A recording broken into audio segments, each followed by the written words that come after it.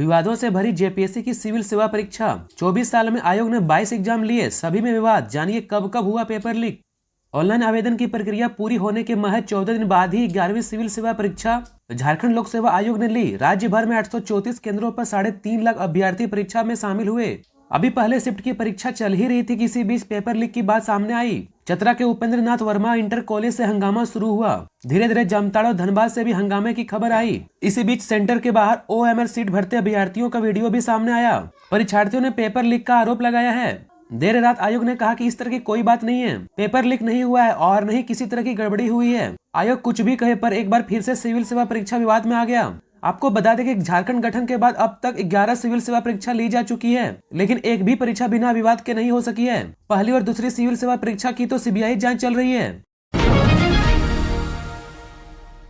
27 मार्च को चाईबासा कोर्ट में राहुल की पेशी। 6 साल पहले शाह पर की थी टिप्पणी। एमपी एमएलए कोर्ट ने राहत वाली याचिका खारिज की।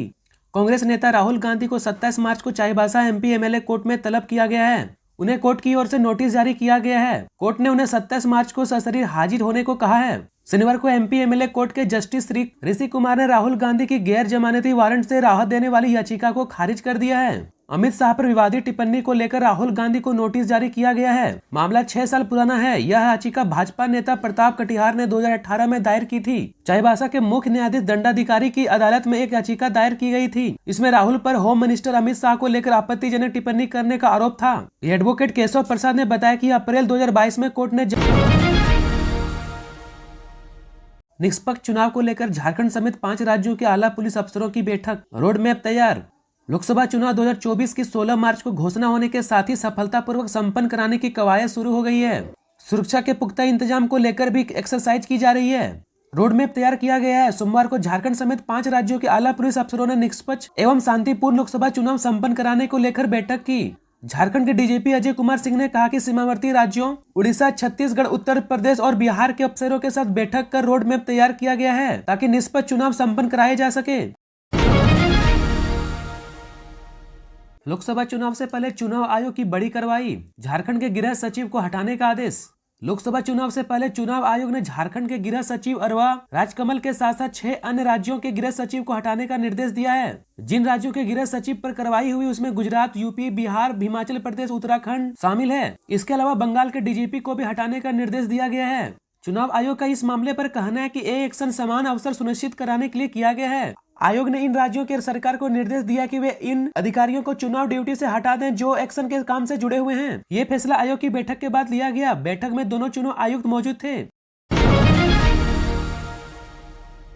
एक बार फिर बिजली की दर बढ़ाने की तैयारी। अब प्रति यूनिट 9 रुपया 50 पैसे करने का प्रस्ताव। झारखंड बिजली वितरण निगम लिमिटेड ने वित्तीय वर्ष 2024-25 के लिए टैरिफ प्रस्ताव से घरेलू उपभोक्ताओं को झटका लग सकता है। निगम ने वर्तमान दर 6 रुपये 65 पैसे प्रति यूनिट में 2 रुपये 85 पैसे की बढ़ोतरी का प्रस्ताव दिया है। अगर यह मंजूरी होता है तो प्रति यूनिट दर बढ़कर 9 रुपया 50 पैसे हो जाएगी। वहीं निगम ने फिक्स चार्ज में भी भारी बढ़ोतरी का प्रस्ताव दिया है। गौरतलब है कि झारखंड विद्युत निगम आयोग ने इसी साल फरवरी में वित्तीय वर्ष 23-24 के लिए बिजली का टैरिफ की घोषणा की थी, जो 1 मार्च से लागू हो गया है। अब आयोग द्वारा वित्तीय वर्ष 2024-25 के लिए टैरिफ पर सुनवाई की जाएगी, जिसकी घोषणा जून में संभव है। झारखंड इंडिया गठबंधन की कई सीटों पर अपने ही बने रोड़ा, हो रहा किचकिच। इंडिया गठबंधन में अब तक सीटों का बंटवारा नहीं हो पाया है। कांग्रेस और झामू के बीच सीटों का पेंच फंसा है। सिंहभूम और लोहरदगा का मामला सुलझना है। वहीं राजद के साथ भी कांग्रेस की बात नहीं बनी है।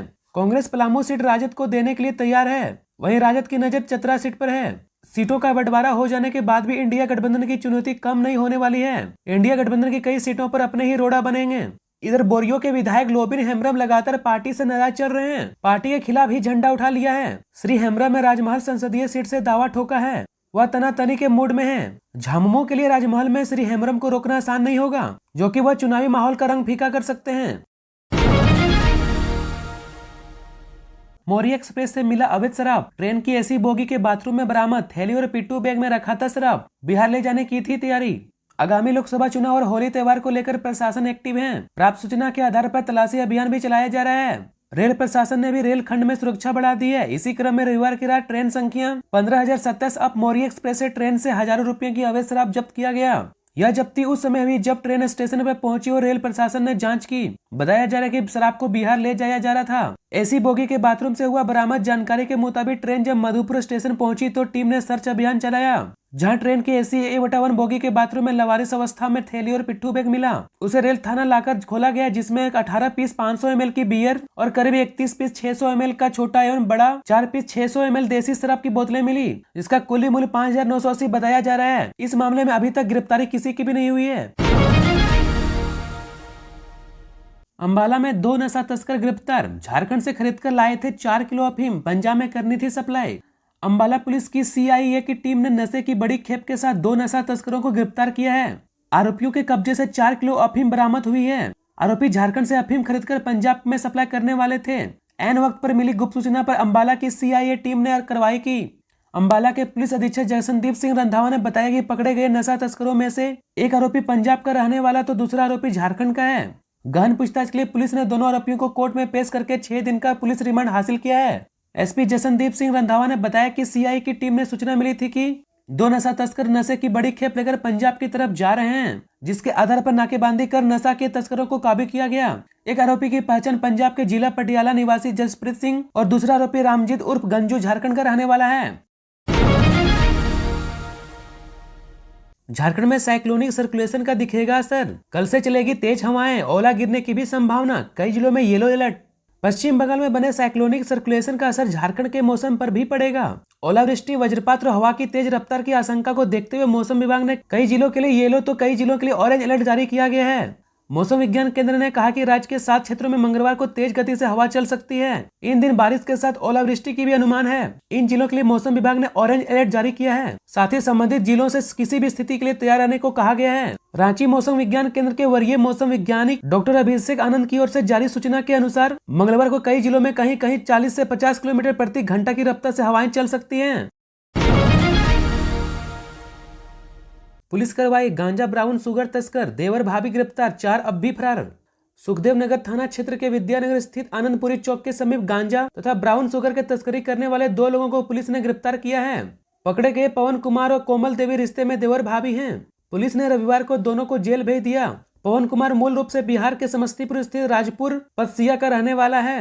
पवन अपनी भाभी कोमल देवी और भाई बबलू यादव समेत 4 लोगों के साथ मिलकर गांजा ब्राउन शुगर तस्करी का गिरोह चला रहा था। पवन की निशानदेही पर पुलिस ने जब आनंदपुरी चौक स्थित घर पर छापेमारी की तो उसकी भाभी कोमल देवी के पास से 21 पुड़िया गांजा बरामद हुआ। इसके बाद पुलिस ने कोमल देवी को भी गिरफ्तार कर लिया। पुलिस पूछताछ में गिरफ्तार दोनों आरोपियों ने गांजा और ब्राउन शुगर तस्करी करने की बात स्वीकार की है।